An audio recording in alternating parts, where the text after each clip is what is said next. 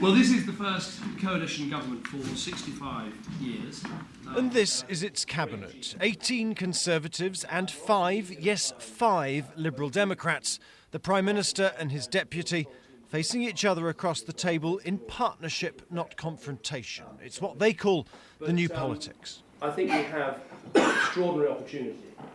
But challenges too. Nick Clegg's got some huge political reforms to push through, and George Osborne's got to decide what spending to cut and when.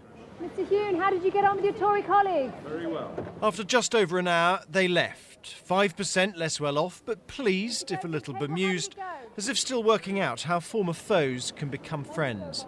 But for now, at least, they felt it could work.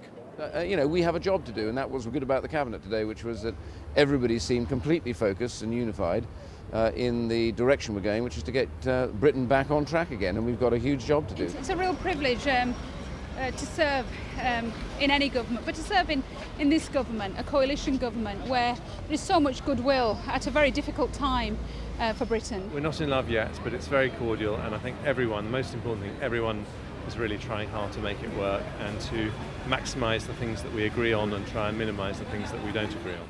And that's the point. The sun won't always shine on this coalition. There'll come a time when push comes to shove and compromise is replaced by division. So that's why today, to stop any disagreement spilling out onto the floor of the House of Commons, the government set up a new coalition committee, chaired by David Cameron and Nick Clegg, to resolve differences not on these green benches, but behind closed doors. But for now, there are just smiles for the crowd and a charm offensive around Whitehall. Visiting here a Liberal Democrat Secretary of State and a Tory junior minister at the Business Department. It was all very unusual. The more I think about the endeavour on which we have embarked, the more excited I become. Vince Cable is an absolute star in terms of economic policy and economic thinking, and to bring him together with David Willits, who is also known as Two Brains, that means you've got 2 ministers so far, and there are more to come this afternoon, I promise you. Civil servants can be a tough audience, but this lot at least liked what they heard. How long's the honeymoon going to last, Prime Minister? I'm not interested in honeymoons, I'm interested in results, and that's what this government's all about. And with that, he was off to woo the rest of Whitehall to the cause of his coalition. This morning, Vince Cable told the Cabinet that his Indian relatives thought that arranged marriages were a good thing. But is all this a marriage of convenience or a genuine partnership that can last? And then, after the first Cabinet meeting, their first day trip, all piling into Buckingham Palace to swear loyalty to the Queen and collect their seals of office. Their days and years of opposition finally over. James Landau, BBC News, Westminster.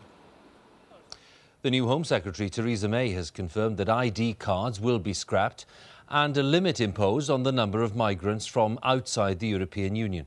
Immigration was one of the main dividing lines between the Conservatives and the Lib Dems during the election campaign. But as Daniel Sanford reports, the Lib Dems have been forced to ditch one of their flagship policies, earned citizenship for illegal migrants. Theresa May on her first full day as Home Secretary, out with the head of London's Metropolitan Police in Clapham. Perhaps most famous for her shoes, she's the most senior of the 4 women in the new cabinet, and now takes on one of the great offices of state in a coalition that is far from united on Home Office issues.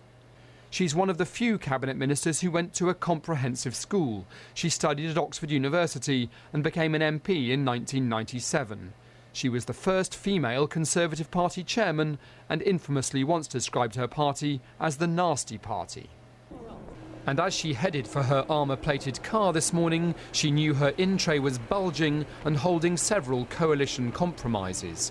Among the key issues are the plans to abolish Labour's ID card scheme, which both parties agree on, and improving civil liberties in the counter-terrorism field. Again, they agree on that.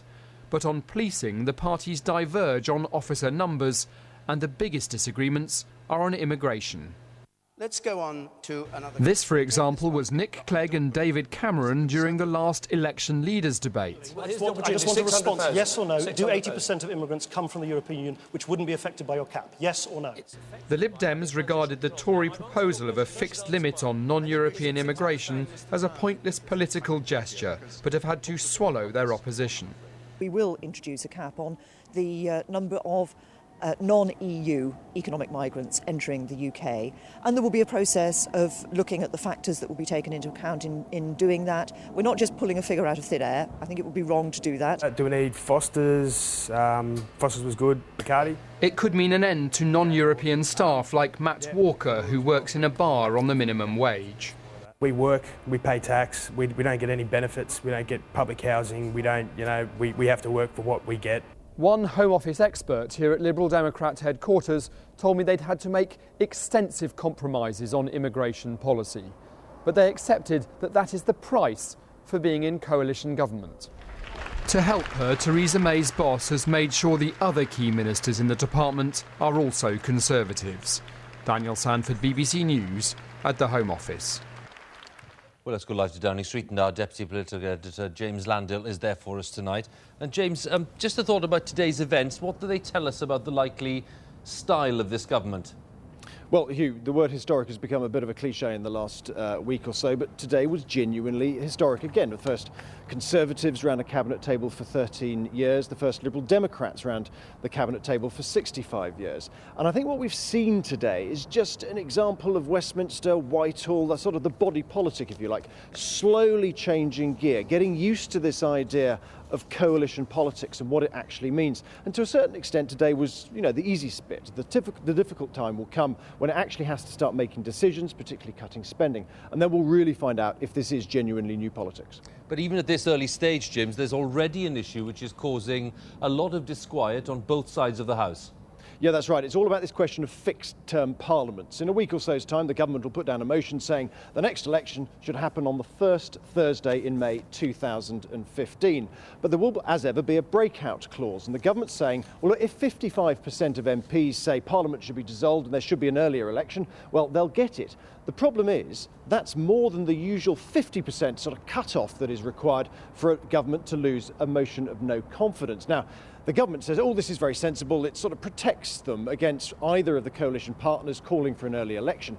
But the critics, and I have to say they are growing, say this is a constitutional outrage. This is an executive, albeit a coalition one, rigging the constitution on the back of an envelope to try and protect it from Parliament kicking it out of office. When this comes into the House of Lords, there will be a huge row, a classic example of the growing pains of a coalition, that there are one or two unintended consequences, and this will be one. James, thank you very much. James Landale there in Downing Street. An 8-year-old girl alleged to have been raped by two 10-year-old boys has told the Old Bailey that the attack didn't